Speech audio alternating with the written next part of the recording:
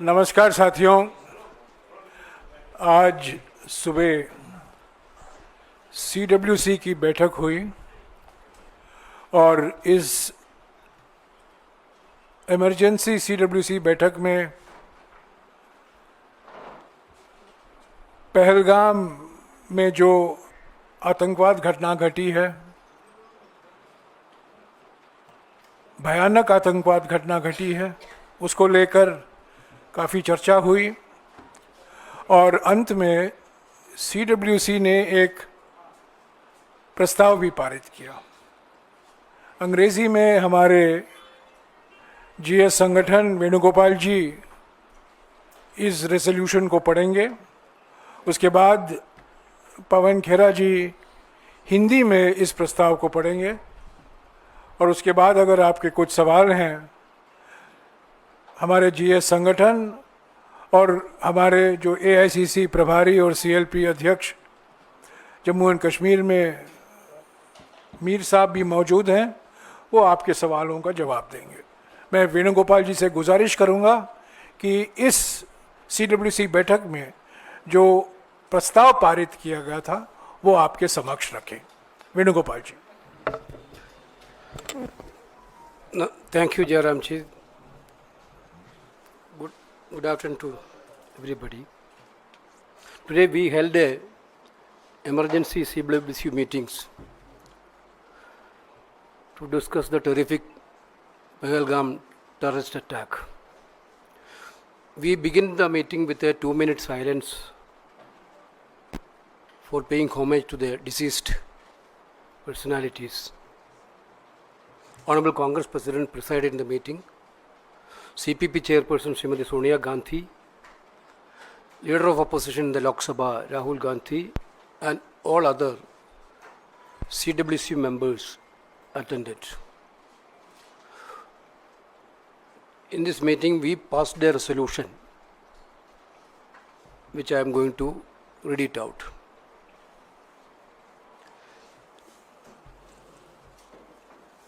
The Congress Working Committee express its deepest shock and condemnation of the heinous terrorist attack in Pahalgam, Jammu Kashmir on April 22, 2025, which claimed the lives of 26 innocent tourists and left more than 20 others grievously injured. Congress Working Committee extends its deepest condolences to the bereaved families, stands with them wholeheartedly in this moment of profound anguish. This cowardly and calculated act of terror, masterminded by Pakistan, is an assault, direct assault on the values of our republic. The deliberate targeting of Hindus was done to inflame passions across the country. We appeal for calm in the face of this grave provocation and reaffirm our collective strength in the face of adversity. The CWC appeal for calm and reaffirms the Indian National Congress' long-standing resolve to combat cross-border terrorism with determination and unity. In order to demonstrate the collection will of the nation, the CWC also pays tribute to the local poniwalas and tourist guides, one of whom was martyred while selflessly trying to protect the tourists to uphold the idea of India. In order to demonstrate the collective will of the nation, the Indian National Congress sat down that night of the 22nd itself, called for an all-party meeting chaired by the Honorable Prime Minister. The meeting has now been scheduled for today. Pahalgam is known to be heavily guarded area, security by 3-tier security arrangement. It is imperative that a comprehensive analysis is conducted into the intelligence failures and security lapses that enabled such an attack in a union territory,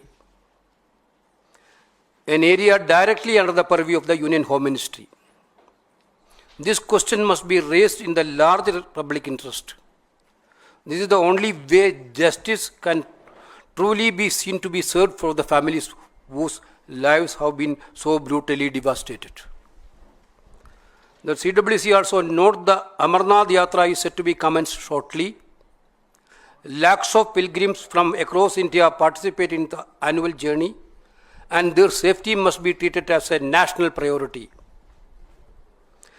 Robust, transparent, and proactive security arrangement must be put in place without delay.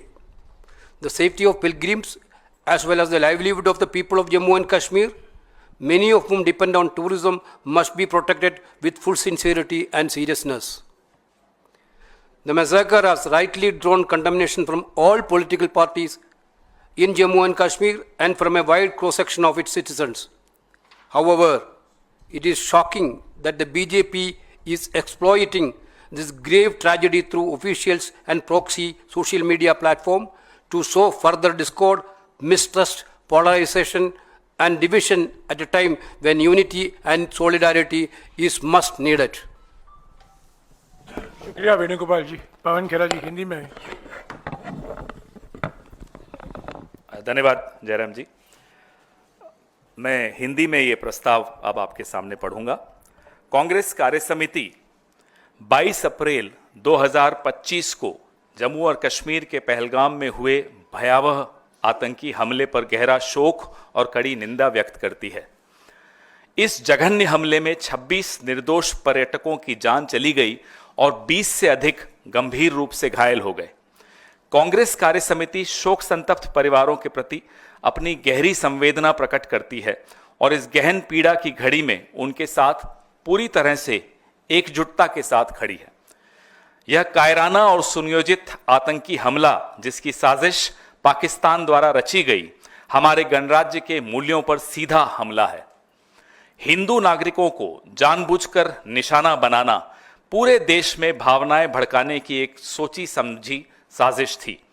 हम इस गंभीर उकसावे के बावजूद शांति बनाए रखने की appeal करते हैं और संकट की इस घड़ी में हमारी सामूहिक शक्ति को दोहराते हैं। कांग्रेस कार्य समिति शांति की अपील करती है और सीमा पार आतंकवाद के खिलाफ दृढ़ता और एकता के साथ लड़ने के लिए भारतीय राष्ट्रीय कांग्रेस की दीर्घकालिक प्रतिबद्धता को दोहराती है।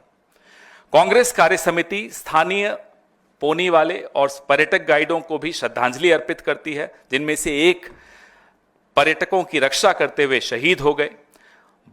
उन्होंने भारत की विचारधारा को जीवंत रखा। उनका बलिदान उस भारत की भावना को दर्शाता है जहां निस्वार्थ सेवा और मानवता सर्वोपरि है। राष्ट्र की सामूहिक इच्छा शक्ति को अभिव्यक्त करने के लिए भारतीय राष्ट्रीय कांग्रेस ने 22 अप्रैल की रात को ही माननीय प्रधानमंत्री की अध्यक्षता में सर्वदलीय बैठक बुलाने का आग्रह किया था। यह बैठक आज के लिए निर्धारित की गई है।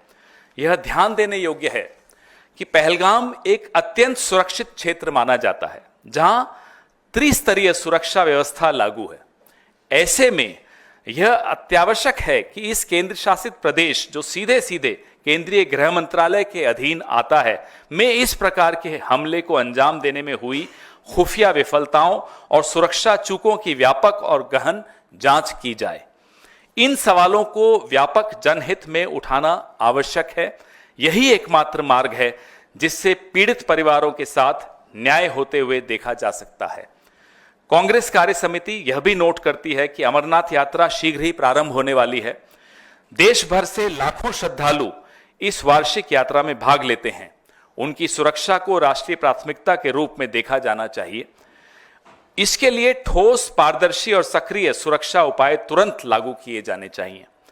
श्रद्धालुओं की सुरक्षा के साथ साथ जम्मू कश्मीर के उन लोगों की आजीविका की भी रक्षा की जानी चाहिए जिनका जीवन पर्यटन पर निर्भर करता है। यह कार्य पूरी ईमानदारी और गंभीरता के साथ किया जाना चाहिए। इस नरसंहार की जम्मू कश्मीर के सभी राजनीतिक दलों और समाज के विभिन्न वर्गों एवं सामान्य कश्मीरी नागरिकों द्वारा सर्वसम्मति से निंदा की गई।